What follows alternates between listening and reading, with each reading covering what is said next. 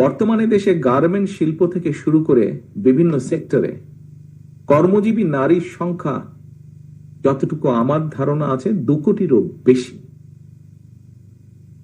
এত অধিক সংখ্যক নারী যদি 8 ঘন্টার পরিবর্তে 5 ঘন্টা কাজ করতে বাধ্য হয়, তাহলে তাদের বাকি কর্ম ঘন্টার টাকাটা কে দিবে?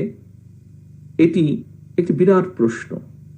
নারীর কর্মঘণ্টা কমানোর কথা বলে চাকরিদাতাদেরকে কি কৌশলে নারীদেরকে চাকরি না দেওয়ার জন্য কি উৎসাহিত করা হচ্ছে না? আমি যতটুকু জেনেছি, এই কথাটি প্রকাশিত হওয়ার পরে দেশের নারী সমাজ যারা বিভিন্নভাবে কর্মসংস্থানের সাথে সংশ্লিষ্ট আছেন, সেটি গার্মেন্টস হোক বা বিভিন্ন সেক্টরেই হোক, তাদের মধ্যে একটি আতঙ্ক ছড়িয়ে পড়ছে।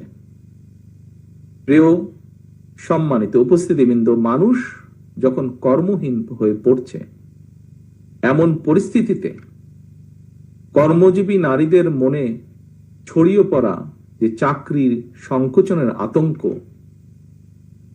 এটা বোধহয় অনেক বেশি গণভোটের চেয়ে দরকার, অনেক বেশি তাদেরকে আশ্বস্ত করা যে তাদের এই আতঙ্কিত হবার কোনো কারণ নেই। তাদের কাছে এই আতঙ্কটি বোধহয় গণভোটের চেয়ে অনেক বেশি গুরুত্বপূর্ণ মনে হয়। এই আতঙ্ক কাটানোটাও গুরুত্বপূর্ণ। উপস্থিতিবৃন্দ, দেশে বেকারত্বের হার বেড়েই চলেছে। পত্রিকার পাতা খুললেই এরকম সংবাদ প্রায়শই আমাদের চোখে পড়ে। টিভি টকশো খুললেই এই ধরনের কথাবার্তা অনেক টকশোতে অংশগ্রহণকারী ব্যক্তির কাছ থেকে আমরা জানতে পারি।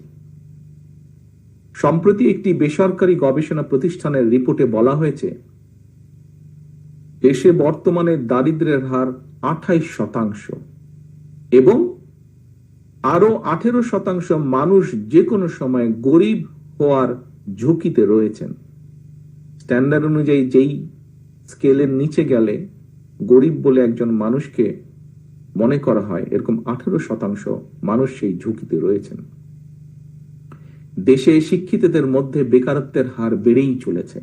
দেশে উচ্চ মাধ্যমিক এবং গ্র্যাজুয়েট ডিগ্রিধারী প্রতি 5 জনের মধ্যে 1 জন বেকার। আজকের আমাদের এই অনুষ্ঠানের মধ্যে খুব সম্ভবত গার্মেন্ট শিল্পের সাথে জড়িত এরকম কয়েকজন ব্যক্তি উপস্থিত আছেন। সম্প্রতি বিজিএমই জানিয়েছে গত 14 মাসে সাভার, গাজীপুর, চট্টগ্রাম, নারায়ণগঞ্জ মঞ্চে একজন উপস্থিত আছেন এই ব্যাপারে, যার খুব ভালো ধারণা আছে, আমাদের স্থায়ী কমিটির সদস্য জনাব আমির খসরু সাহেব। যে কথাটি বলছিলাম আমি, যে গত 14 মাসে সাভার, গাজীপুর, চট্টগ্রাম, নারায়ণগঞ্জ, নরসিংদীতে কমপক্ষে 300-তেরও বেশি পোশাক কারখানা বন্ধ হয়ে গিয়েছে। আমাদের মাঝে, শ্রোতাদের মাঝে সাকি সাহেব আছেন, উনি এই বিষয়টি উপস্থিত আছেন। উনিও এই বিষয়টি আমার ধারণা খুব ভালোভাবে জানেন, কারণ উনি ওই শ্রমিক রাজনীতির সাথে কম বেশি ইনভলভ আছেন। এই যে প্রায় 300-র বেশি, 350-র বেশি, বরং আমি বলবো 300 নয়, 350-র বেশি পোশাক কারখানা বন্ধ হয়ে গিয়েছে। এবং এই বন্ধ হয়ে যাওয়া কারখানার সাথে কারণে 1,20,000-এর মতন শ্রমিক কর্মহীন হয়ে পড়েছেন।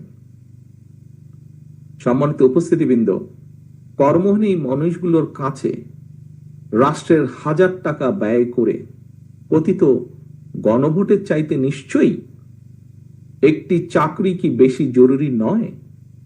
আমার নর্মাল কমন সেন্স তাই বলে। যে কোনো একজন স্বাভাবিক মানুষের কমন সেন্স তাই বলবে যে হাজার হাজার কোটি টাকা খরচ করে কথিত গণভোটের চেয়ে চাকরি হারা একজন ব্যক্তি মানুষের কাছে সবচেয়ে বেশি প্রায়োরিটি হচ্ছে একটি চাকরি বা একটি কর্মসংস্থান। আনফরচুনেটলি মাসের পর মাস রাষ্ট্র মেরামতের নানা উপাদান নিয়ে আমরা আলোচনা করেছি, কিন্তু রাষ্ট্রের লক্ষ লক্ষ বেকারদের কর্মসংস্থান নিয়ে আলোচনার জন্য একটি দফা বা একটি দিনও আমরা নির্ধারণ করিনি বা করতে পারিনি।